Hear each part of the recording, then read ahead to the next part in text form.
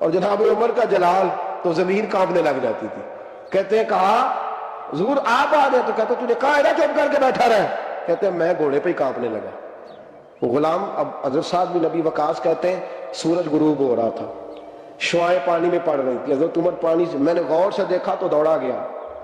جا کے نا بچے نہیں مشورہ دیتے ابا جی کو, ابا جی انج نہیں کریدا, دور بدل گیا جی. کہتے میں دوڑا گیا اور جا کر کے حضرت سیدنا عمر فاروق کو کہا حضور مہربانی کریں, ٹھیک ہے آپ کی درویشی سے کون آگاہ نہیں, وزیر کھڑے ہیں, سفیر کھڑے ہیں, بڑے بڑے عمرا, بڑے بڑے ملکوں کے حکمران ہیں, آپ مہربانی کریں یہ تم ذرا نیچا کریں, اور جوتا پہن لے, اگر خراب ہو گیا تو اللہ نیا بھی دے دے گا, اور مہربانی کریں ذرا غلام کو کہیں نیچے آ جائے. حضرت عمر کہنے لگے تمہیں کیا تکلیف ہے؟ کہا حضرت جی وہ وزیر مشیر کھڑے ہیں, یہودی ہیں, عیسائی ہیں, نجرانی ہیں, وہ بڑے بڑے مذاہب کے اور بڑے بڑے ملکوں کے ہیں, آپ کا بڑا نام سنا ہے. حضرت سیدنا سعد بن ابی وقاص فرماتے ہیں میرے ساتھ اتنا ترش رویہ حضرت عمر کا پہلے کبھی نہیں ہوا. کہتے ہیں ماتھے پہ شکن آیا اور کہنے لگے تجھے تیری مار ہوئے, ان 4 لوگوں کے لیے میں اپنے نبی کا طریقہ چھوڑ دوں, ان 4 دنیا داروں کے لیے نبی پاک کا طریقہ چھوڑ دوں. فرمانے لگے سر سے پگڑی اتاری حضرت عمر نے جلال میں, فرمانے لگے میرے سر پہ جو بال ہے نا یہ مجھے کسی دنیا دار نے نہیں دیے, یہ ساری عزتیں مجھے آمنہ کے لال نے عطا فرمائی ہے, اور میں ان محبوب کا طریقہ ان 4 لوگوں کی خاطر چھوڑ دوں. فرمایا قرآن کہتا ہے ان اللہ یأمر بالعدل والاحسان, جب میں نے خود عدل کا تقاضا یہ رکھا ہے کہ کبھی وہ بیٹھے گا کبھی میں بیٹھوں گا, باری اس کی ہے تو میں کیسے بیٹھ جاؤں. حضرت سعد بن ابی وقاص فرماتے ہیں اسی درویشی میں سلام اس پر کہ جس نے بادشاہی میں فقیری کی. کہتے ہیں اسی درویشی میں حضرت عمر پہنچے تو جو پہلے ڈرا کرتے تھے جب حضرت عمر آئے تو انہیں کامتے بھی دیکھا, روب اور بڑھ گیا, ان کے دلوں کے اندر حضرت عمر کا دبدبا اور بڑھ گیا, اور میرے کانوں میں کہنے لگے سعد پہلے سنا تھا لیکن دنیا سچی کہتی ہے جو حال محمد اور محمد کے غلاموں کا ہے صلی اللہ علیہ, وہ دنیا میں دوسرا کوئی حاصل کر سکتا. آج ہمارے پروٹوکول, ہمارے دبدبے, ہماری انا پرستیاں, ہمارے دعوے, ہمارے طریقے, میرے عزیزوں لوگ ہمیں آ کے مثال دیتے ہیں, کہتے ہیں یورپ کی فلاں گلی میں یہ ہوتا ہے. میں نے کہا وہ گرد راہ کو نہیں پہنچ سکتے, یہ ساری چیزوں تو میرے مصطفیٰ کے غلاموں سے حاصل کیا لوگ, ہم نے چھوڑ دی, غیروں نے اپنا لی. خدارا اپنی زندگی میں تبدیلی لائیں, درویشی, سادگی, بے تکلفی, یہ زندگی حسین ہوتی ہے, یہ زندگی سکون والی ہوتی ہے, یہ زندگی اچھی ہوتی ہے, یہ فرحت اور تازگی والی ہوتی ہے. اپنے آپ کو ان تکلیفوں اور آلائشوں میں مبتلا نہ کریں. اگر اللہ مال دے, عزت دے, دولت دے, اللہ تعالیٰ نفاست عطا کرے تو پھر اپنے آپ کو سادہ کرے, آزاد کرے, کھلی ہوئی کتاب بنا کے اپنے آپ کو رکھے. مجھے ایک بچہ کہنے لگا حضرت جی جب بھی آتے ہیں آپ کہیں بیٹھے مل جاتے ہیں, ہم کسی کو لا کے کہتے ہیں جناب حضرت جی بڑے مصروف ہیں اور آپ یہاں آگ تاپ رہے ہیں جلا کے, مہربانی فرمائیں. میں نے کہا یار 2-4 دن تو بن صبر کے بیٹھنا بندے کے لیے آسان ہوتا ہے, سارا دن ملمت سازی کر کے رکھنا اتنا آسان کام ہے. تو ویسے بھی بندہ جو ہو وہ نظر آئے تو اس کے لیے زیادہ بہتر ہوتا ہے, جو ہو وہ دکھائی دے, وہ زندگی آسان ہو جاتی ہے. تو جناب عمر فاروق رضی اللہ تعالیٰ عنہ کا جو نظام احتساب ہے انہوں نے اس کو گھر سے شروع کیا تھا, اپنے آپ سے اس کا آغاز فرمایا تھا. ہمارے ہاں یہ ہوتا ہے کہ جس بندے کے اکاؤنٹ میں اچھے خاصے پیسے ہیں وہ بل جمع کرانے جائے تو اسے لائن میں نہیں لگنا پڑتا, مینیجر صاحب اسے آگے بلا لیتے. تو وہ بعد میں کیا کہہ رہا ہوتا ہے, کہتا دیکھو اللہ نے کتنی عزت دی ہے, مجھے لائن میں نہیں لگنا پڑا. بھائی لائن میں لگنا تو آپ کا یہ تھا کہ آپ سمجھتے کہ سارے مسلمان ہیں, مومنین ہیں, برابر ہیں, تو میں کسی کو تکلیف میں مبتلا نہ کروں. جب آپ آگے چلے گئے تھے تو آپ نے بہت سارے لوگوں کا حق مارا تھا, وہ لائن میں جو لگے ہوئے تھے ان کا وقت لمبا ہو گیا تھا. آپ نے تو اپنے آپ کو احتساب کے لیے پیش ہی نہیں کیا, بلکہ آپ نے کہہ دیا کہ جناب میرا تو رتبہ اعلیٰ ہے, لہذا یہ میرا حق بنتا تھا, مجھے تو استحکام ملنا چاہیے تھا. یہاں بہت سارے لوگوں نے اپنے حق میں چیزوں کو اور رنگ میں پیش کیا. سیدنا فاروق اعظم رضی اللہ تعالیٰ عنہ نے اس نظام احتساب کو اپنے گھر سے شروع فرمایا. حضرت عمر فاروق رضی اللہ تعالیٰ عنہ اپنے بچوں سے فرمایا کرتے تھے کہ جب میں حکم لوگوں کو کروں گا نا, اپنی رعایا کو, مسلمانوں کو میں کوئی حکم دوں گا تو تمہیں پہلے اس پر عمل کرنا پڑے گا. آپ فرمایا کرتے تھے یاد رکھنا لوگ تمہیں اس طرح دیکھیں گے, لوگ اس طرح تمہیں دیکھیں گے جس طرح گوشت کھانے والا پرندہ گوشت کو دیکھا کرتا ہے. چیل گوشت کھاتی ہے تو کیا کبھی اس کو پیغام بھیجنا پڑا ہے کہ تو آ جا، یہاں گائے مر گئی ہے، بھینس مر گئی ہے، خود بخود اس کی نظر ہوتی ہے، وہ پہنچ جاتی ہے۔ جناب عمر فرمانے لگے میرے گھر والوں، میرے بیٹوں، میری بیٹیوں، میری اہلیہ، لوگ تمہیں اس طرح دیکھیں گے جس طرح گوشت کھانے والے پرندے دیکھتے ہیں، لہذا میں جب کسی کو عمل کروں تو پہلے تمہیں اس پر عمل کرنا پڑے گا جب میں کسی کو حکم دوں۔ آپ فرمانے لگے یاد رکھنا اگر تم نے میرا حکم نہ مانا تو غیروں نے حکم نہ مانا تو انہیں ایک سزا ملے گی، اور اگر میرے گھر والوں نے نہ مانا تو ڈبل سزا ملے گی، تم پر ڈبل سختی کی جائے گی کہ تم نے میری بات کیوں نہیں مانی۔ یہ نظام احتساب ہے۔ ہم نہ دوسروں کے بچوں کا گلا کاٹ کے اپنے بچوں کی خوشیاں لینا چاہتے ہیں، ہم چاہتے ہیں کہ دوسروں کے بچوں کے حصوں کا مال میرے گھر میں آ جائے، آ جاتا ہے۔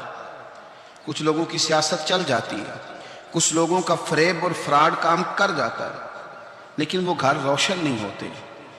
ان گھروں میں پیسہ ہوتا ہے پر قرار رخصت ہو جاتا ہے، ان گھروں میں آسانیاں اور وسعتیں تو آ جاتی ہیں لیکن ایک دوسرے کا احترام ختم ہو جاتا ہے۔ سیدنا فاروق اعظم رضی اللہ تعالیٰ عنہ کا یہ طریقہ تھا کہ وہ اپنے بچوں پر سختی کرتے۔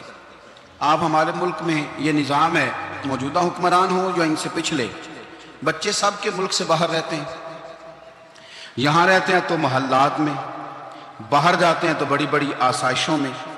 ان کے بچوں کے لیے قانون بھی الگ سے ہیں، قاعدے بھی الگ سے ہیں، اور ہمارے ملک کے اندر تو ایک باقاعدہ پروٹوکول کا سسٹم ہے، اس سسٹم سے گزر کر بڑے بڑے لوگ چلنا پسند کرتے ہیں۔ ہمارے زمانے میں بھی کچھ چیزیں سرکاری ہوتی ہیں خالص، لیکن عجیب نظام ہے نا، ہر چیز کا کرایہ بڑھ جاتا ہے، سرکاری دکان کا نہیں بڑھتا۔ باقی دکانیں 5-6 سال کے لیے ملتی ہیں، سرکاری دکان پہ آپ قبضہ کرنا چاہیں تو پورے 100 سال کے لیے مل جاتی ہے، چونکہ یہ عام عوام کی پراپرٹی ہے تو اس کے ساتھ جو مرضی کو سلوک کرے۔ ایک سرکاری چراگاہ تھی جس کے اندر جانور چرا کرتے تھے، ہمارے ہاں بھی پنجاب میں کچھ جگہ ہوتی ہیں تو ہم لوگ کہتے ہیں شام لاٹ ہے، سرکاری چراگاہ میں جانور چرا کرتے تھے۔ حضرت عمر فاروق رضی اللہ تعالیٰ عنہ کے صاحبزادے سیدنا عبداللہ ابن عمر رضی اللہ تعالیٰ عنہ نے بھی ایک اونٹ خرید لیا، تو سب لوگوں کے جانور سرکاری چراگاہ میں چرتے تھے، آپ نے بھی اپنا جانور وہاں چرنے کے لیے، کھانے پینے کے لیے چھوڑ دیا۔ وہ جب اونٹ آیا تو پتلا تھا، کچھ دنوں کے بعد وہ فربا ہو گیا، طاقتور ہو گیا، موٹا تازہ ہو گیا۔ حضرت سیدنا عبداللہ ابن عمر رضی اللہ تعالیٰ عنہ نے بیچا تو وہ ڈبل قیمت سے بھی زیادہ کا بکا، کیونکہ پہلے دبلا پتلا تھا، اب موٹا تازہ فربا ہو گیا۔ حضرت سیدنا فاروق اعظم رضی اللہ تعالیٰ عنہ کو پتہ چلا تو بلایا، فرمایا پتر اونٹ بیچ دیا ہے؟ ابا جی بیچ دیا ہے۔ فرمایا کتنے کا خریدا تھا؟ اتنے کا۔ بیچا کتنے کا؟ ڈبل قیمت بتائی۔ فرمایا اس طرح کر کے اصل رکھ لے اور جو اوپر ملی جائے مجھے دے دے۔ حضور آپ نے کیا کرنی ہے؟ فرمایا میں سرکاری خزانے میں جمع کروں گا۔ حضور کیوں؟ فرمایا اس لیے کہ تیرا اونٹ سرکاری جگہ پہ چرا کرتا تھا، وہ گھاس سرکاری جگہ سے کھاتا تھا۔ حضور سب کے کھاتے۔ حضرت عبداللہ ابن عمر کہنے لگے سب کے کھاتے ہیں، آپ فرمانے لگے تو سب میں شامل نہیں ہے، تو امیر المومنین کا بیٹا ہے، تجھے میں یہ حق نہیں دے سکتا، تیرے اوپر تھوڑی سختی زیادہ کی جائے گی، تجھے یہ حق نہیں ملے گا۔ تو اپنے اونٹ کو چونکہ سرکاری چراگاہ میں چرایا کرتا تھا، لہذا تجھے وہ جو اصل رقم یہاں جمع کرانی پڑے گی۔ ہمارے تو بچے پہلی بات تو یہ ہے کہ بات ہی نہیں سنتے، یہ سب کے بچوں کی بات کر رہا ہوں، وہ ٹیچر کے بچے ہوں، سیٹھ کے بچے ہوں، پیر کے بچے ہوں، امام صاحب کے بچے ہوں، کسی کے بچے ہوں، پہلے تو سنتے نہیں۔ اور اللہ خیر کرے اگر آپ کوئی سنانا چاہیں تو فوری طور پر وہ ہوم منسٹری کے پاس پہنچ جاتے ہیں، ان کی اماں ان کی وکیل بن جاتی، آپ کہہ ہی کچھ نہیں سکتے، حالات رخ بدل جاتے۔ اس کا نقصان یہ ہوتا ہے کہ ان کو تراشا نہیں جا سکتا، ان کو ہیرے نہیں بنایا جا سکتا، ان کے اوپر کچھ ایسی میل کچیل چڑھ جاتی ہے جو بڑی عجیب و غریب ہوتی ہے۔ اور کچھ لوگ ایسے ہوتے ہیں جو خرابی کرنے میں بھی اپنا کردار ادا کرتے ہیں، خرابی کرنے میں، اور بڑے لوگوں سے منسلک ہونے کے لیے لوگ رستے تلاش کرتے ہیں، رستے۔ میں چونکہ چیزوں کا مطالعہ کرنے کا بڑا شوقین ہوں، تو میری والدہ داخل تھیں کئی سال پہلے ہسپتال میں، تو مجھے اس ہسپتال میں کچھ دن رہنا پڑا، ایک پرائیویٹ ہاسپٹل تھا، تو اس میں انہوں نے جگہ جگہ لکھ کے لگایا تھا ملازمین کو بخشش نہ دیں، ہم ان کو بڑی اچھی معقول تنخواہ دیتے ہیں، سیلری بڑی عمدہ ہے، تو لوگ بخشش نہ دیں۔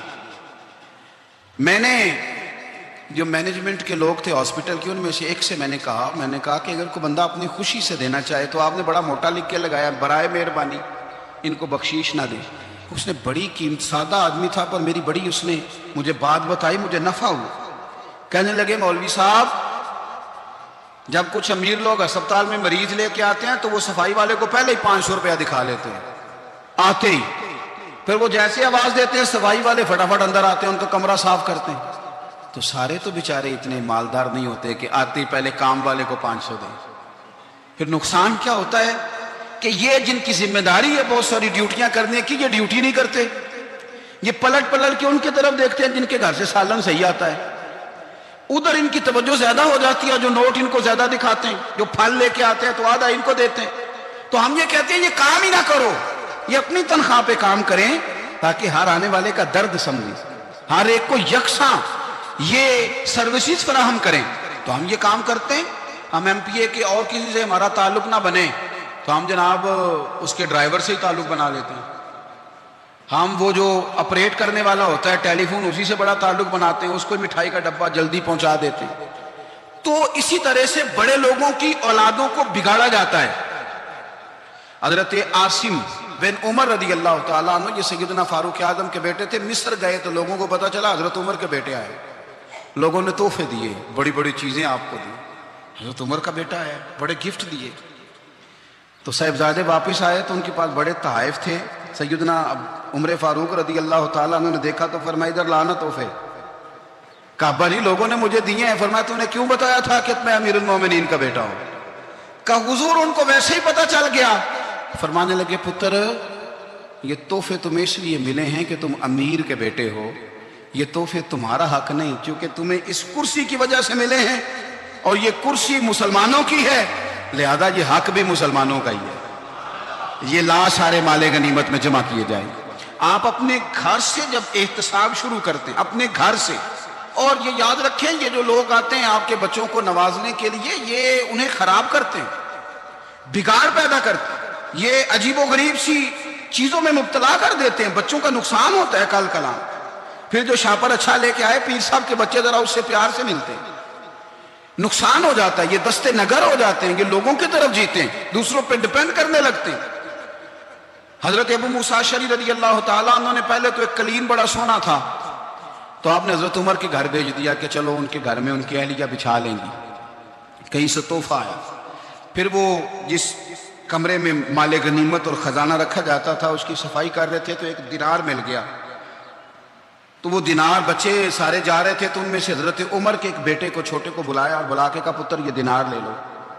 حضرت عمر نے دیکھا کہ بیٹے کے ہاتھ میں دینار بھی ہے اور گھر میں قالین بھی ہے، ایک موقع پہ وہ قالین کیا، ایک موقع پر بچے کو ایک دینار دیا۔ تو حضرت عمر اپنی اہلیہ سے پوچھنے لگے یہ کہاں سے آیا قالین؟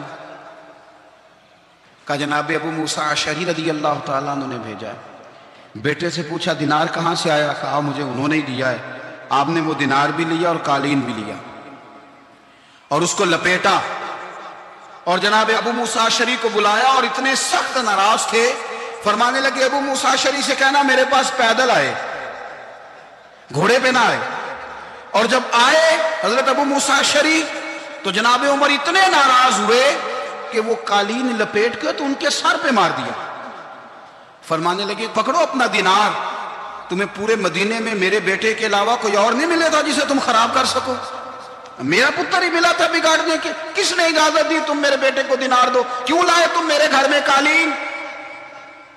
حضرت عمر فاروق رضی اللہ تعالیٰ عنہ فرمانے لگے میں زمین پہ سونے کا عادی ہوں، زمین چٹیل بھی ہو تو رب کا بندہ بن کے سوتا ہوں تو اللہ مجھے آرام اور سکون کی نیند عطا فرما دیتا ہے، مجھے تمہارے مخملوں کی اور قالینوں کی ضرورت نہیں ہے۔ احتساب یہاں سے شروع ہوتا ہے بھائی، یہاں سے ہم نہ اپنے گھر میں بیٹھ کے مایوس باتیں کرتے ہیں، اور فلانے کے بچے کہاں پہنچ گئے، فلانے کے بعد بڑا پیسہ آ گیا، میں کچے مکان میں رہوں، میں یہ کروں، دیکھو مجھے نہیں سہولی۔ یہ تو آپ مایوسی والی باتیں کر رہے ہیں، یہ تو آپ کمزور باتیں کر رہے ہیں، یہ تو اس طرح کی باتیں تو ہارے ہوئے لوگ کرتے ہیں۔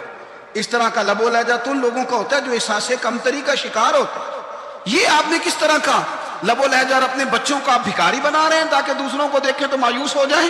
اٹھ باندھ کمر کیوں ڈرتا ہے، پھر دیکھو خدا کیا کرتا ہے۔ آپ کا جو احساس ہے وہ اتنا خوبصورت ہو، آپ کے لہجے کے اندر اس قدر ٹھہراؤ ہو، آپ کو اطمینان آ چکا ہو، اور آپ کے بچے کبھی بھی کمپیریزن نہ کریں اپنا کسی کے ساتھ، کبھی بھی انہیں کرنے نہ دیں آپ، کبھی وہ کبھی یہ بات نہ کریں کہ فلانے زیادہ اچھا کھاتے پیتے ہیں تو ہم کدھر ہیں، کرنے نہ دیں انہیں بتائیں کہ بیٹا اپنی مٹی پہ چلنے کا سلیقہ سیکھو، سنگ مرمر پہ چلو گے تو پھسل جاؤ گے، ان کو بتائیں کہ جو تمہارے پاس ہے یہ خدا کا عطیہ ہے، اسی پر تم نے قناعت کرنی کبھی بھی۔ حضرت زید بن حارثہ سے نبی پاک صلی اللہ علیہ وسلم کو بڑا پیار تھا، پھر ان کے بیٹے حضور کے غلام زادے حضرت اسامہ بن زید کے ساتھ بھی حضور بڑا پیار کرتے، لیکن یہ تو مسلمہ حقیقت ہے نا کہ عظمت اور شان تو سیدنا فاروق اعظم کی زیادہ ہے۔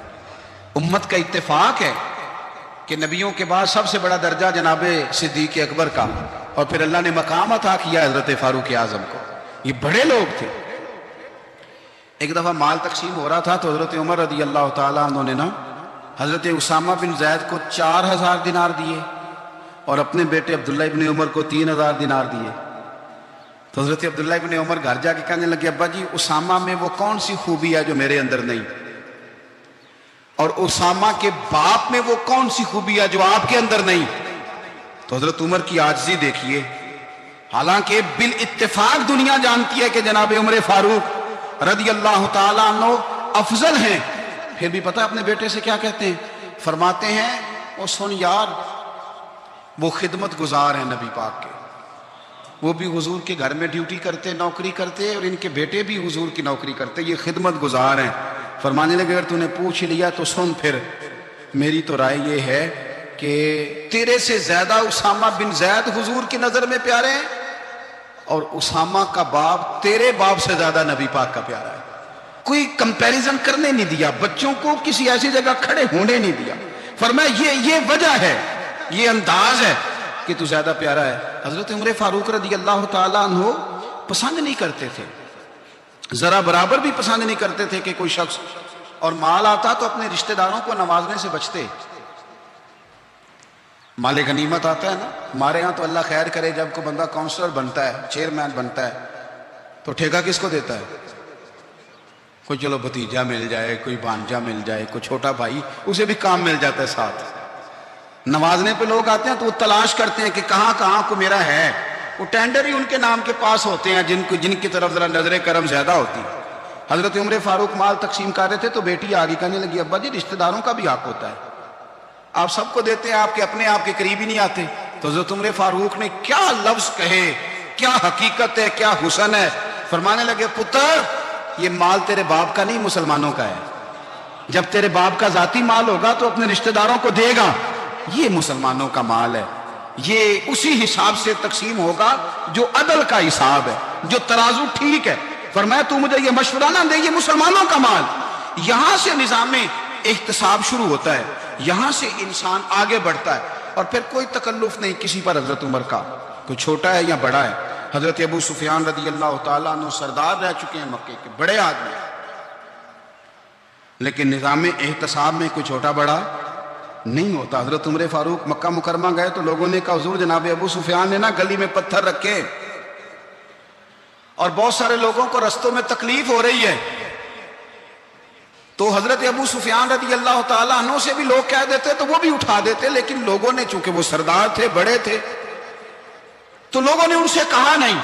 حضرت عمر جب آئے تو کہا تو جناب عمر نے پرواہ نہیں کی، خود آئے جناب ابو سفیان سے کہا یہ پتھر آپ نے رکھے؟ کہا حضور ہاں۔ فرمایا یہ بھی اٹھائیے، یہ بھی اٹھائیے، یہ بھی اٹھائیے۔ جب وہ اٹھا رہے تھے تو حضرت عمر کہہ رہے تھے شکر نہیں اللہ کا کہ عمر کہہ رہے ہیں اور ابو سفیان مانتے جا رہے ہیں، شکر نہیں۔ یہ نظام احتساب ہے کہ بڑا ہو یا چھوٹا ہو، اس کو یہ حق حاصل نہیں ہے کہ مسلمانوں کو وہ کسی تکلیف میں کسی بھی صورت میں مبتلا کرے، کہیں بھی کسی جگہ بھی، اس کو یہ والی اجازت نہیں۔ حضرت سیدنا عمر فاروق رضی اللہ تعالیٰ عنہ۔ پھر ایک اور بات تھی، میں کئی دفعہ یہ بات کہتا ہوں اور مجھے ذاتی طور پر اس کا بڑا تجربہ ہے، کچھ لوگ نا خوشامد پسند ہو جاتے ہیں، بڑی عمدہ تعریف کرتے ہیں، اوئے ہوئے ہوئے پول باندھتے ہیں پورے، آپ کے پاس آئیں گے تو کہیں گے جناب آپ سے زیادہ اچھا بندہ ہی کوئی نہیں، تو وہ نا آپ سے کام نکلواتے ہیں، پھر وہ کسی دوسرے کے پاس جاتے ہیں تو اسی طرح کا رویہ وہ دوسروں کے ساتھ کرتے ہیں. یہ عام لوگوں میں بھی مرض ہوتا ہے, عام لوگوں میں. اور بادشاہ ہو بندہ اگر, پھر تو اس کا دل کرتا ہے میں اگر بادشاہ سلامت ہوں تو 2-4 بندے دیہڑی پہ رکھ لوں پر میری تعریف ضرور کریں.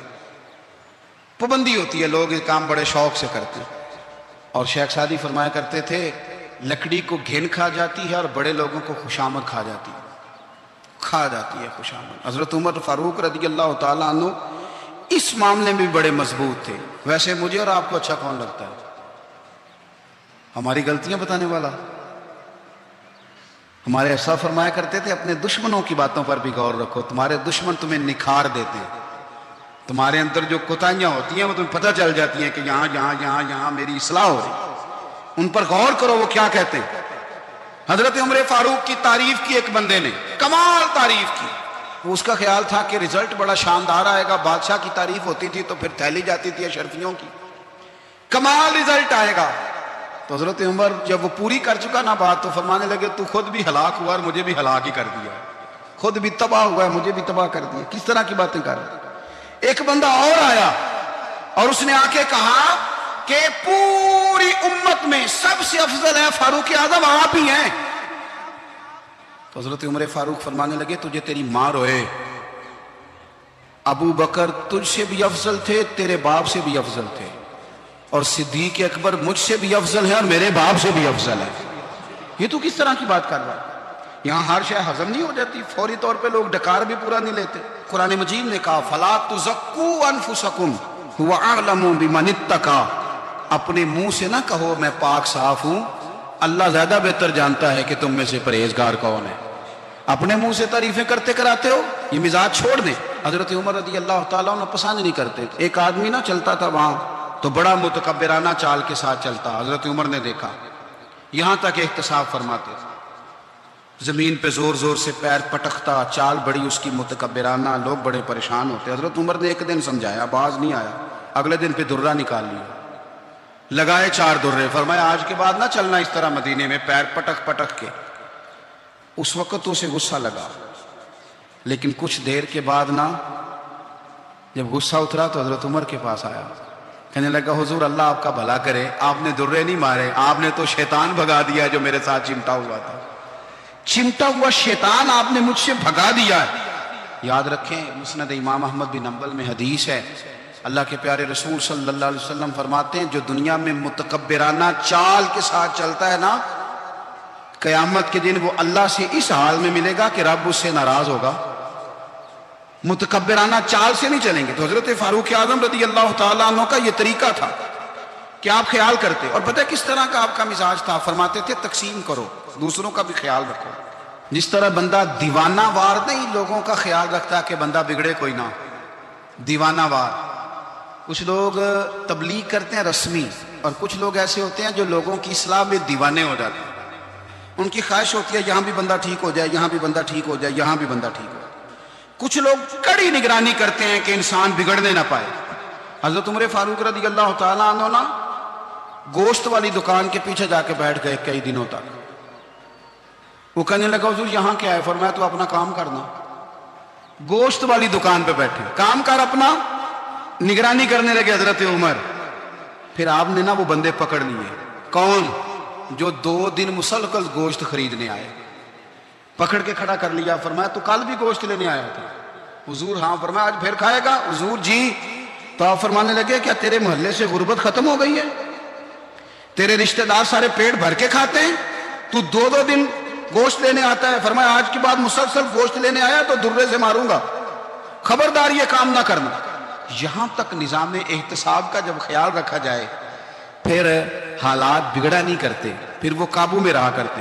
حضرت عمر فاروق رضی اللہ تعالیٰ عنہ اس ترتیب کے ساتھ اصلاح کرتے, اس ترتیب کے ساتھ. سیدنا فاروق اعظم رضی اللہ تعالیٰ عنہ کی ایک بات آخر میں عرض کرنی ہے, وہ میں بھی اپنے اوپر لاگو کروں, آپ بھی غور کریں.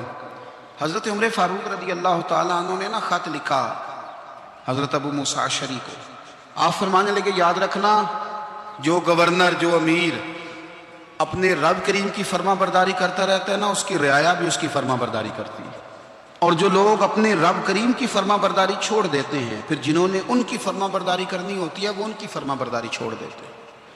آپ نے سپہ سالاروں کو خط لکھے تھے، فوج کے جو جرنیل تھے، کمانڈو تھے، ان کو خط لکھے تھے، فرمایا جو سپاہی نماز نہیں پڑھتا اسے فوج سے نکال دو، اور ساتھ لکھا تھا یاد رکھو جو رب کا وفادار نہیں وہ ہمارا کیسے ہو سکتا ہے، نکال دو ان لوگوں کو، فوج سے الگ کر دو۔ ہم آج جو بے پناہ پریشان ہیں، ہمارے بچے بات نہیں مانتے، شاگرد بات نہیں مانتے، ہم شکوے کرتے ہیں، بے ادبی بڑھ گئی۔ ادب کے ساتھ میں گزارش کروں گا بڑوں کی بارگاہوں میں، جو میری طرح کے بڑے بنے ہوئے ہیں، بزرگوں سے نہیں بات کرتا، ان سے میں کہوں گا کہ ہمیں ایک دفعہ اپنے اوپر بھی تو غور کر لینا چاہیے، کہیں ایسا تو نہیں ہے کہ ہم جب تک اللہ تعالیٰ کے فرما بردار تھے، جب تک ہم تقوی کے معیار پر تھے، ہماری بات ماننے والے ہماری بات مان رہے تھے، کہیں ایسا تو نہیں کہ ہم اس معیار سے ہل گئے ہیں تو اب جو ہمارے فرما بردار تھے وہاں سے ہل گئے۔ حضرت عمر رضی اللہ تعالیٰ عنہ فرمایا کرتے تھے کہ لوگوں کو عجب میں مبتلا نہیں ہونا چاہیے، خود پسندی کا جو ماحول ہوتا ہے اس سے لوگوں کو ہمیشہ نکلنا چاہیے۔ حضرت عمر کے ایک صاحبزادے نے کنگھی کر لی، اچھا لباس پہن لیا تو درہ مارا جناب عمر نے، تو آپ کی بیٹی کہنے لگی ابا جی یہ تو بالکل جائز ہے، اچھے کپڑے پہننا، اچھا لباس پہننا اور سر میں کنگھی کر لینا، اس پر درہ کیوں مار دیا؟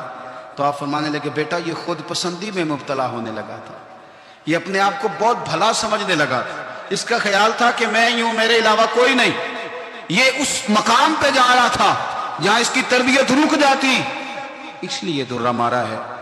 ایک دفعہ حکومتی معاملات کے اندر آپ کی اہلیہ نے مشورہ دینا چاہا، بڑے کام بیویاں نہیں کرتی، بڑے بڑے معاملات میں مداخلت نہیں کرتی۔ ہمارے بر صغیر میں وہ بادشاہ نہیں گزرا کہ جو فیصلہ کرتا تھا تو کرسی پہ بیٹھ جاتا تھا اور پردے کے پیچھے اس کی بیوی بیٹھ جاتی تھی، اور جب وہ فیصلہ سنانے لگتا تو یوں گردن پیچھے کرتا اور اہلیہ جو کہتی وہ فیصلہ سنا دیتا۔ لیکن ایک دفعہ خاتون نے ایک آدمی کو حضرت عمر نے معزول کیا تو آپ کی اہلیہ نے، اس آدمی کی اہلیہ حضرت عمر کی اہلیہ سے ملی ہوں گی، تو خاتون نے ذرا سفارش کرنی چاہیے، تو جناب عمر فاروق رضی اللہ تعالیٰ عنہ کے ہاتھ میں عصا تھا، ڈنڈا تھا، 2-3 دفعہ زمین پہ مارا، فرمایا تمہیں کس نے اجازت دی ہے حکومتی معاملات میں مشورہ دینے کی؟ یہ مشورہ مولا علی دیں گے یا عثمان غنی دیں گے؟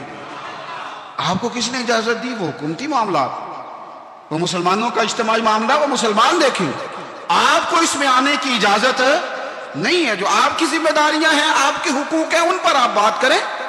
تو بھائی نظام میں احتساب اپنی ذات سے شروع کریں۔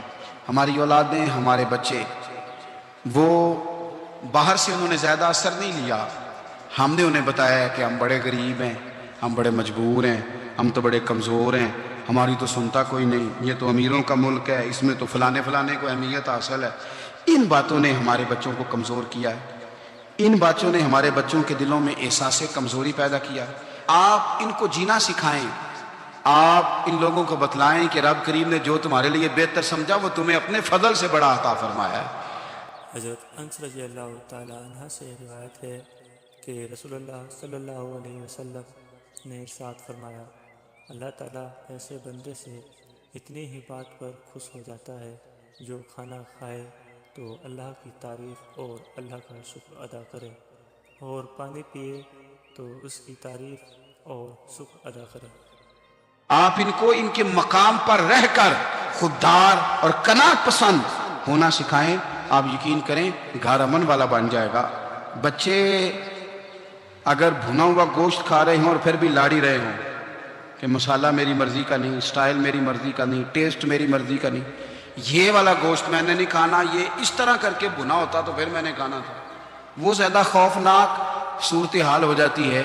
لیکن اگر ابا جی، اماں جی، گھر والے کھیتوں میں کام کر رہے ہوں اور بچے اچار کے ساتھ روٹی لے کے جائے اور بننے پہ بیٹھ کے، پھٹے پہ بیٹھ کے وہ پھر کھانا شروع کریں، اور جب وہ اچار آئے اور وہ ایک دوسرے کو کہیں کہ آج تو 2 کلے ہو گئے میرے کام کے، اس دفعہ تو دیکھنا ہماری فصل کتنی شاندار ہوگی، ایک دوسرے کو دیکھ دیکھ کے وہ ہنسیں اور مسکرائیں اور ان کی باتوں میں لذت ہو، اور پھر وہ کہیں کہ آم بڑے اچھے مل گئے تھے، دیکھو اچار کتنا سونا آ گیا، دیکھو یہ کس قدر زیادہ اچھا ٹیسٹ ہے، تیل بھی بڑا اچھا ہے، گل بھی بڑے وقت پہ گیا ہے۔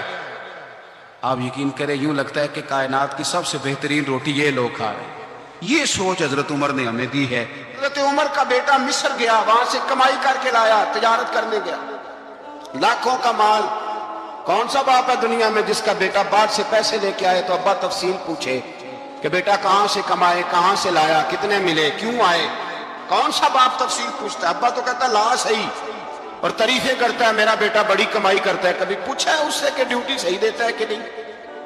کبھی پوچھا ہے کہ تو ایمانداری کی روزی لاتا ہے کہ حرام کی کماتا ہے؟ یہ باپ کی ذمہ داری ہے، یہ اماں کی ذمہ داری ہے۔ پھر کہتا ہے بیماری کیسے آ گئی، پریشانی کیسے آ گئی؟ تو نے کبھی سوال کیا اپنی اولاد سے؟ حضرت عمر فاروق رضی اللہ تعالیٰ عنہ کا بیٹا مصر سے پیسے کما کے لایا تو جناب عمر نے بلایا، فرمایا بیٹے اتنی تو تیرے پاس راس ہی نہیں تھی، تھوڑے سے تو پیسے لے کے گیا تھا، اتنی کمائی کیسے ہو گئی؟ اتنے تو پیسے نہیں تھے صاحب، کہاں سے کمائی لائے؟ اس نے کہا ابا جی وہ جو میرے چچا ہے نا مصر کے گورنر، آپ کے دوست، انہوں نے میری مدد کی ہے۔ فرمایا جتنے لوگ گئے تھے سب کی ہے مدد اس نے؟ کہا نہیں صرف میری کی۔ فرمایا تیری کیوں کی؟ تیری کیوں کی؟ کہا حضور آپ کے دوست ہیں۔ فرمایا چپ کر، حضور انہوں نے مجھے اتنے پیسے دیے، میں نے کاروبار میں ڈالے تو نفع آیا تو میں ان کی رقم دے کے۔ فرمایا خاموش ہو جا، باقی جتنے لوگ گئے تھے سب کی مدد کی اس نے؟ کہا نہیں حضور صرف میری کی۔ فرمایا اس نے تیری مدد نہیں کی، اس نے خلیفہ کے بیٹے کی مدد کی، اس لیے کہ وہ خلیفہ کو اپنے حق میں نرم کر سکے۔ فرمایا آدھا مال تیرا ہے، آدھا مال غنیمت کا ہے، مال خزانہ کا ہے، مسلمانوں کا ہے، اس لیے کہ تو جو وہاں سے مال کما کے لایا ہے وہ اپنے باپ کے خلیفہ ہونے کی وجہ سے کما کے لایا ہے، لہذا رکھ ادھر۔ یہاں کہتے ہیں کدھر سے آیا، کیسے آیا، کون سا حساب دیں، کیا کریں؟ او بھائی حضرت عمر رضی اللہ تعالیٰ عنہ کا اپنی اولاد کے بارے میں یہ رنگ ہے۔ ایک جنگ سے نا خوشبو آئی، خوشبو بڑی مہنگی ہوتی تھی، عرب میں خوشبو آج بھی بڑی مہنگی ہے، وہ زیادہ استعمال کرتے ہیں۔ میری باتوں کی سمجھ آ رہی ہے میرے بھائی؟ بڑی مہنگی خوشبو تھی۔ جب وہ خوشبو آئی تو حضرت عمر نے کہا، گھر میں پہلے پہنچی حضرت عمر کے، چونکہ زیادہ عورتیں استعمال کرتی تھی گھر کے اندر خوشبو، مرد بھی لگاتے۔ حضرت عمر نے اپنی بیوی سے کہا، آپ کی زوجہ تو تھی وہ بڑی خوشبو کو پسند کرتی۔ حضرت عمر نے اپنی زوجہ سے کہا کہ خوشبو لاؤ، میں نے ایک عورت کی ڈیوٹی لگائی ہے، وہ خوشبو تول تول کے نا تو حصہ برابر صحابہ میں بانٹ دے گی۔ تو آپ کی زوجہ کہنے لگی کسی بی بی کی ڈیوٹی لگانے کی کیا ضرورت تھی، میں جو موجود تھی میں بانٹ دیتی ہوں تول کے حصہ برابر۔ آپ نے فرمایا نہیں تو رہنے دے، وہ فلانی بی بی بانٹے گی۔ حضور میں نے بھی بانٹنی ہے، میرے پہ کوئی شک ہے؟ آپ نے فرمایا نہیں، تو تفصیل نہ پوچھ، تو خوشبو دے دے، کوئی اور بانٹے گی۔ خاتون خانہ تھی نا، کہنے لگی نہیں مجھے بھی آج آپ کو بتانا ہی پڑے گا کہ کوئی جو بانٹ سکتی ہے تو میں کیوں نہیں بانٹ سکتی؟ زوجہ کہتی عمر نے بات کی تو میری چیخیں نکل گئی۔ حضرت عمر فرمانے لگے جب تو خوشبو بانٹے گی نا تیرے ہاتھوں کو بھی لگے گی، تیرے دوپٹوں کو بھی لگ جائے گی۔ اگر رب کریم نے مجھ سے سوال پوچھا کہ عمر خوشبو تو مسلمانوں کی تھی، تیری بیوی کے دوپٹے کو کیوں لگ گئی، تو میں اللہ کے حضور کیا جواب دوں گا؟ اگر اللہ نے یہ سوال کیا کہ تیری بیوی نے کیوں لگائی، وہ تو حصہ تھا مسلمانوں کا، تو نے تیری بیوی نے کیوں لگائی؟ تو فرمایا میں نہیں چاہتا کہ اللہ کے حضور مجھے اور تجھے باز پرس ہو، لہذا کسی اور کو بانٹنے دے۔ زوجہ روئی اور تڑپ کے کہنے لگی عمر مجھے لگتا ہے صبح قیامت بھی تیری بیوی ہونے کی وجہ سے اللہ مجھے جنت عطا فرما دے گا، تیری زوجہ ہونے کی برکت سے۔ بھائی یہ معیار رکھا، خدا کی قسم ایسا شخص تاریخ میں دوبارہ نہیں آیا۔ اتنا بڑا آدمی، اتنا بڑا شخص، اتنا بڑا آدمی، اور پھر رنگ یہ ہے کہ عمر 22 لاکھ مربع میل کا حکمران، 22 لاکھ، اور کھجور کے درخت کے نیچے مٹی کا ڈھیلا لے کے سو گئے ہیں، پرواہ کوئی نہیں، کوئی مسئلہ ہی نہیں۔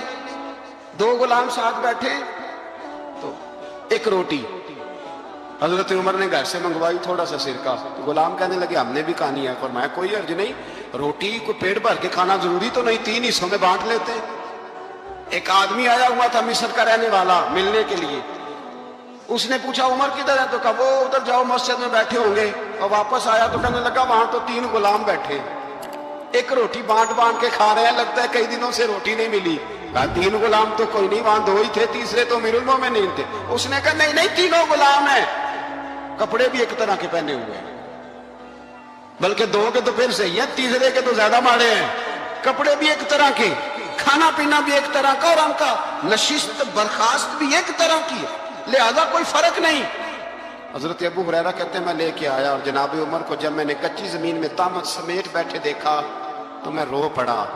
میں نے اس مصر سے آنے والے کو کہا تو اس کے جلوے دے، اگر اس کی ذات میں اتنا حسن ہے تو محمد عربی کا مقام کیا ہوگا. یہ مقام غور ہے، مقام غور. 10 محرم کو لوگ دیگے پکائیں گے نا؟ نہیں پکانی ہے؟ کوئی بول دے نہیں، ہاں نہ نہیں کر دے. پروگرام بدلیا تو نہیں دے عید کی کہ وہ ایک اب کام شروع ہویا لاسٹ ٹائٹ ہونے والا. کیوں جی پکڑی ہے نا دیکھیں 10 محرم کو انشاءاللہ. ہم بھی پکائیں گے انشاءاللہ، یہاں بھی پروگرام ہوگا. تو 10 محرم کو جو دیگ پکنی ہے تو ایسا نہیں ہو سکتا کہ یکم محرم کو حضرت عمر کے نام کی بھی کوئی پک جائے. اگر امام حسن حسین کے نام کی دیگیں پکے تو جو امام حسن حسین سے پیار کرنے والے ہیں، جو امام حسن حسین سے، ہم لوگوں نے بھی عجیب رٹا اپنایا ہے نا. ہم لوگ بات کا ایک پہلو دیکھتے ہیں، دوسرا نہیں دیکھتے. حضرت امام حسن اور حسین کو بھی نبی پاک نے شہید کہا اور جناب عمر کو بھی رسول اللہ نے خود شہید فرمایا. فرمایا شہید ہے، خود فرمایا اپنی زبان سے کہ یہ شہید ہے، خود میرا عمر شہید ہے. تو ان کے نام کی دیگ نہیں پکنی چاہیے، اس طرف نہیں ہماری توجہ ہونی چاہیے. اور اہل بیت نبوی، یہ بات میں پہلے بھی کرتا ہوں، آج پھر کرنا ضروری سمجھتا ہوں. اہل بیت کا پیار سن لو کان کھول کے. اہل بیت کا پیار اگر ہمیں کسی نے سکھایا ہے تو سیدنا عمر فاروق نے سکھایا ہے. اہل بیت نبوت کی محبت اگر کسی نے سکھائی ہے تو کس نے سکھائی ہے؟ بول کے بتائیے. حضرت عمر نے. اہل بیت کا پیار ہمیں حضرت عمر نے بول کر کے سکھایا ہے. بھائی یاد رکھیں، کسی کی طاقت نہیں تھی دم مارنے کی حضرت عمر کے سامنے، طاقت ہی نہیں تھی. کیسر و کسرا کانپ جاتے تھے، جرأت ہی نہیں کرتے تھے حضرت. اور ہمارے تو تعلقات بڑے ہیں نا غیروں سے. حضرت ابو موسیٰ اشعری رضی اللہ تعالیٰ عنہ فرماتے ہیں میرا منشی سائی تھا، وہ کاتب کہتے تھے وہ لوگ، میرا حساب کتاب عیسائی تھا. تو فرماتے ہیں ایک دن میں نے وہ سارا حساب کتاب لین دین کے حضرت عمر کو دکھایا تو فرمانے لگے جس نے لکھے ہیں اس کو بلاؤ. کہنے لگے ضرور مسجد نہیں آ سکتا. کیوں نہیں آ سکتا؟ کہنے لگے وہ عیسائی ہے. کہتے ہیں حضرت عمر جلال میں آ گئے. آپ فرمانے لگے جنہیں رب دور کرتا ہے تم کیوں قریب کرتے ہو؟ جنہیں اللہ دور کرتا ہے. فرمایا تم غیروں کو اگر عہدے دو گے تو اپنوں کا کیا بنے گا؟ اگر تم غیروں کو عہدے دو گے تو اپنوں کا. یہ سوچ ہے جو آج برما کے مسلمانوں کے لیے بھی ضروری ہے. کہا اگر تم غیروں کو عہدے دو گے تو اپنوں کا. ہم نے غیروں کو عہدے دیے تو دیکھا نا اپنے کس طرح کاٹے جا رہے ہیں. غیروں کو جو عہدے دے دیے جرانے سارے غیروں سے. روز دعویٰ ہوتا ہے چین ہمارا سجن ہے، چین ہمارا دوست ہے. او بھائی دوست ہے تو اس سے کہو نا کہ برما تو تمہاری ایک چھوٹی سی ریاست ہے، چین کے بغیر تو وہ سانس بھی نہیں لے سکتا. اس کو کہو نا اس حکومت پہ دباؤ ڈالے. لیکن ہم لوگوں نے غیروں کو عہدے دیے تو اپنے پس گئے. حضرت عمر کہتے تھے ذمہ کا ہم ادب کریں گے، ذمہ کافر کا ہم، ایسا کافر جو مسلمان ریاست کو قبول کرے، بدامنی نہ پھیلائے. ایک آدمی کو آپ نے دیکھا آنکھوں سے نابینا ہے اور بھیک مانگ رہا ہے. تو حضرت عمر کو نظر آ گیا. فرمایا کون ہو؟ اس نے کہا میں یہودی ہوں. فرمایا بھیک کیوں مانگتے ہو؟ کہا جب تک تندرست تھا مسلمانوں کو جزیہ دیتا تھا، بوڑھا ہو گیا ہوں کیا کروں؟ حضرت عمر نے گھوڑے کی پشت پہ بٹھایا کافر کو، گھوڑے کی پشت پہ بٹھایا اور بٹھا کے مدینے لائے. حضرت علی شیر خدا وزیر خزانہ تھے. فرمایا علی اس کا وظیفہ جاری کرو. کہا یہ کون ہے؟ فرمایا یہ یہودی ہے لیکن یہ ہمیں جزیہ دیتا رہا، بوڑھا ہو گیا بیچارہ، بھیک مانگنے پہ مجبور ہے، ہماری حکومت کے اندر رہتا ہے، اس کا پورا وظیفہ جتنا خرچہ اتنا وظیفہ لگاؤ. حضرت علی کہتے ہیں میں وظیفہ لگا رہا تھا اور وہ میرے نبی کا کلمہ پڑھ رہا تھا، وہ رسول اللہ کا کلمہ پڑھ رہا تھا. یہ مزاج یہ نہیں کہ کافر. حضرت عمر نے گورنروں کو خط لکھے تھے کہ زبردستی کسی کو مسلمان نہیں کرنا، جہاں ان کی عبادت گاہیں بنی ہو گرانی نہیں، کوئی مندر کوئی گرجا ضائع نہیں کرنا. اسلام سب کو جینے کا موقع دیتا ہے، پر بے ایمانو ظالموں بدذاتوں تمہیں یہ کہتا ہے کہ ہم تمہیں جینے کا موقع دیتے، تم بھی مسلمانوں کو جینے کا موقع دو.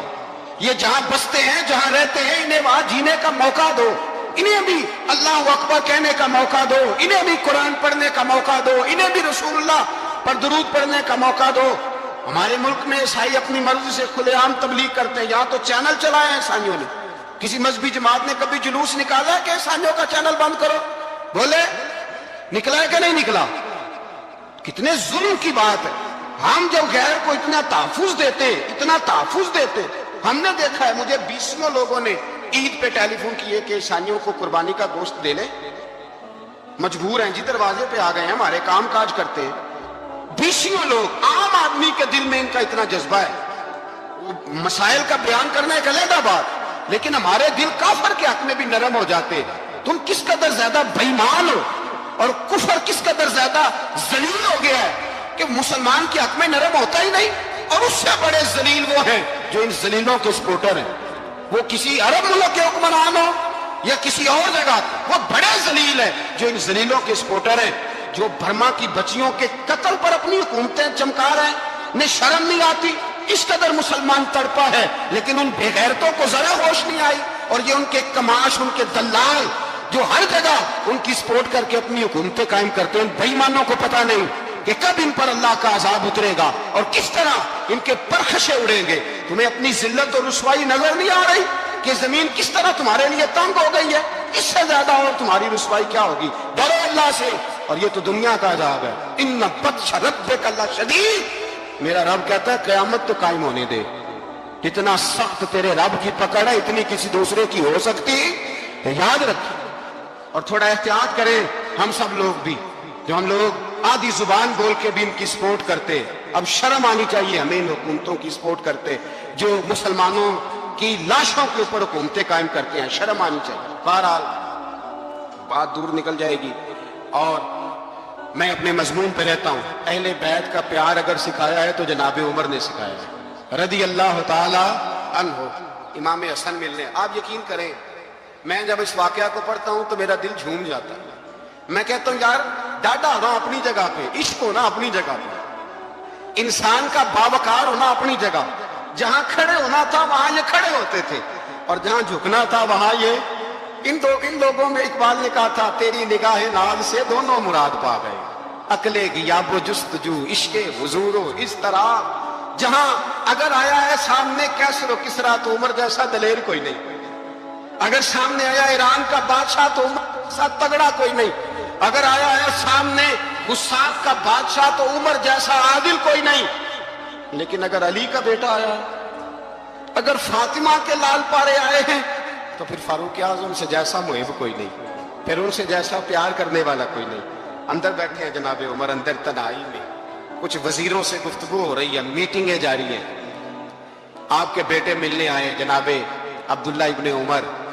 ابا جی ملنا ہے. بات ٹھہرو، بات کر رہا ہوں، کوئی نہ اندر آئے. صاحبزادہ باہر کھڑا ہے. تھوڑی دیر گزری تو امام حسن بھی آ گئے. کون آئے؟ آپ کو عجب ملے گا امام صاحب کا نام لینے سے، وہ سردار ہیں جنتیوں. کون آئے؟ سارے بولیے. امام حسن تیری نسل پاک میں ہے بچہ بچہ نور کا، تو ہے عین نور تیرا سب گھرانہ. امام حسن آئے تو حضرت عبداللہ ابن عمر کو دروازے پہ کھڑے دیکھا. کہا امیر المومنین کہاں ہیں؟ کہنے لگے حضرت عمر کے بیٹے. کہنے لگے وہ اندر بیٹھے، کچھ میٹنگ ہو رہی ہے اور انہوں نے کہا کوئی اندر نہ آئے، لیکن آپ جانا چاہیں تو چلے جائیں. آپ جانا چاہیں تو تیری نسل پاک میں ہے بچہ بچہ نور، آپ جانا چاہیں تو چلے جائیں. تو انہوں نے کہا جب آپ باہر کھڑے ہیں تو مجھے کوئی اتنا ضروری کام نہیں، اور ابھی ظہر کی نماز تھوڑی دیر میں ہوگی، میں مسجد میں مل لوں گا امیر المومنین سے. یہ بات کہہ کہ امام حسن چلے گئے. یار اتنی بڑی بات نہیں تھی، اتنی بڑی بات نہیں تھی. تو میرے استادوں کا بیٹا بھی آیا تو کہا ٹھیک ہے جی وہ سوئے ہوئے ہیں تو کوئی غرض نہیں یار میں ٹھہر کے آ جاؤں گا. کوئی بڑی بات نہیں تھی، دیکھا جائے تو بڑی بات نہیں تھی، پر بات بہت بڑی تھی اس لیے کہ یہ خالی حسن نہیں، یہ حسن ابن علی ہے، یہ حضرت فاطمہ کے لخت جگر. حضرت عمر باہر نکلے. عبداللہ ابن عمر سے پوچھا کوئی آیا تو نہیں؟ تو کہا حضور امام حسن آئے تھے. تو کہا پھر شہزادے کو اندر کیوں نہیں بھیجا؟ کہا میں نے کہا تھا. وہ کہنے لگے اگر امیر المومنین مصروف ہیں تو میں ظہر میں مل لوں گا. حضرت عمر رونے لگے. فرمایا بیٹے تو نے اچھا نہیں کیا. پھر مسجد نہیں گئے، سیدھے امام حسن کے دروازے دستک دی. امام حسن باہر آئے. کہا شہزادے آئے تھے تو ملے کیوں نہیں؟ تو امام حسن کہنے لگے حضور آپ کا اپنا بیٹا دروازے پہ کھڑا تھا، آپ کا اپنا بیٹا دروازے پہ کھڑا تھا اور منع بھی کیا تھا آپ نے تو میں زور میں مل لیتا. حضرت امام حسن فرماتے ہیں جوش جذبات میں جناب عمر نے سب سے پگڑی اتار دی. جوش جذبات کہنے لگے حسن میرے بیٹے کا اور آپ کا کیا مقابلہ؟ کیا اس کی ماں کا نام فاطمہ الزہرا ہے؟ کیا اس کی نانی کا نام خدیجہ الکبریٰ ہے؟ کیا اس کے نانے کا نام محمد مصطفیٰ ہے؟ آقا اور اس کا کیا مقابلہ؟ پھر رو پڑے اور کہنے لگے بیٹے میں مکے کے صحراؤں میں اونٹ چرایا کرتا تھا، یہ جو میرے سر پر عزت کے بال ہیں یہ تیرے نانے کے اگائے ہوئے ہیں، میں مکے کے خبردار شہزادے خبردار۔ او بھائی اہل بیت نبوت کے ادب کا رنگ اگر سکھایا ہے تو سیدنا عمر نے سکھایا ہے۔ حضرت عمر فاروق اتھارٹی ہے، اسلام کی اتھارٹی۔ یکم محرم حضرت عمر کی شہادت ہے۔ یہودی بول اٹھا، کافر بول اٹھا، اگر 6 مہینے عمر دنیا میں اور رہتے تو دنیا میں کوئی کافر موجود نہ ہوتا۔ 6 مہینے۔ اور جب اس بطل جلیل کا جنازہ اٹھا، اللہ بخاری پڑھیے نا، اللہم ارزقنا شہادتا فی سبیلک، اللہ بسترے کی موت نہ دینا، شہادت کی دینا۔ عمر شہید ہوئے، مسجد نبوی میں نماز پڑھاتے، اور جب جنازہ اٹھا تو مدینے کا پھر پیچھے جو دلیر بچے وہ مولا علی تھے۔ مولا علی، جناب عمر کا جنازہ اٹھا تو سب سے پہلی ہائے جو نکلی وہ حضرت علی کی زبان سے نکلی، اور حضرت علی ساری داڑھی آنسوں سے بھر گئی۔ لوگوں نے کہا کہ علی کیا ہوا؟ فرمانے لگے تم دیکھ نہیں رہے جنازہ کس کا اٹھا، پلٹ کے دیکھو تو صحیح، پتہ نہیں یہ کون گیا ہے؟ کہ حضور کیا ہوا؟ آپ فرمانے لگے عمر اس طرح کے کام کر کے گیا ہے، اب ان کے رستوں پہ کون چلے گا؟ کون اس کے جگر راہ وفا میں میں نقش ایسے چھوڑ آیا ہوں، میں جس منزل سے گزرا ہوں وہ اب تک یاد کرتی ہے۔ حضرت علی حضرت عمر کے جنازے پہ کھڑے ہو کے کہتے ہیں اللہ مجھے اس طرح کے عمل کرنے کی توفیق دے جس طرح کی عمر کر کے گیا۔ میرے بھائی بطل عزیز، بطل حریت حضرت عمر رضی اللہ تعالیٰ عنہ، جو اپنی زندگی انقلاب والی گزار کے گئے۔ عمر جب دنیا سے گئے تو 80 دینار کا قرضہ تھا، 22 لاکھ مربع میل کا حکمران، اور اپنے بیٹے سے کہنے لگے بیٹے کوشش کرنا تیرے خاندان والے مل کے میرا قرضہ اتار دیں، میری قبر پہ بوجھ نہ لیں، اور اگر خاندان والے مدد نہ کریں تو میرے دوستوں سے بات کرنا، وہ مدد نہ کریں تو پھر علی سے بات کرنا۔ ان کا پیار آپس میں اتنا، اور تو اختلاف ثابت کر رہا۔ 80 دینار کا قرضہ چھوڑ کر حضرت عمر دنیا سے گئے، اور جاتی دفعہ کہہ گئے میرے بعد میرے بچوں کو حکومت کے مشورے میں بھی شامل نہ کرنا، حکومت کے مشورے میں بھی میری اولاد شامل نہ ہو۔ اتنا بڑا شخص اتنا بڑا رنگ دے کے یکم محرم کو جب عمر فاروق کا وصال ہوا تو بیٹے سے کہنے لگے اماں عائشہ سے جا کے کہو میرا بھی نبی پاک کے روضے میں دفن ہونے کو دل کرتا ہے۔ ایک قبر کی جگہ ہے اماں جی نے اپنے لیے رکھی ہے، بخاری یا بخاری۔ حضرت عائشہ کے پاس صاحبزادے گئے، کہنے لگے اماں جی عمر کو زخم لگ گیا ہے، حالت بڑی پریشانی والی ہے۔ وہ کہتے ہیں اگر اماں اجازت دیں۔ سید عائشہ رو پڑی، فرمانے لگی کہ وہ اپنی قبر کی جگہ تو نہیں نہ کسی کو دیتا، پر عمر نے کمال ہی بڑا کیا، اسے کہو جاؤ گنبد خضرا میں قیامت تک جو مصطفیٰ پہ اور ابو بکر پہ سلام پڑے گا وہ تجھ پہ بھی سلام پڑھ کے جائے، جاؤ میں نے جگہ دی۔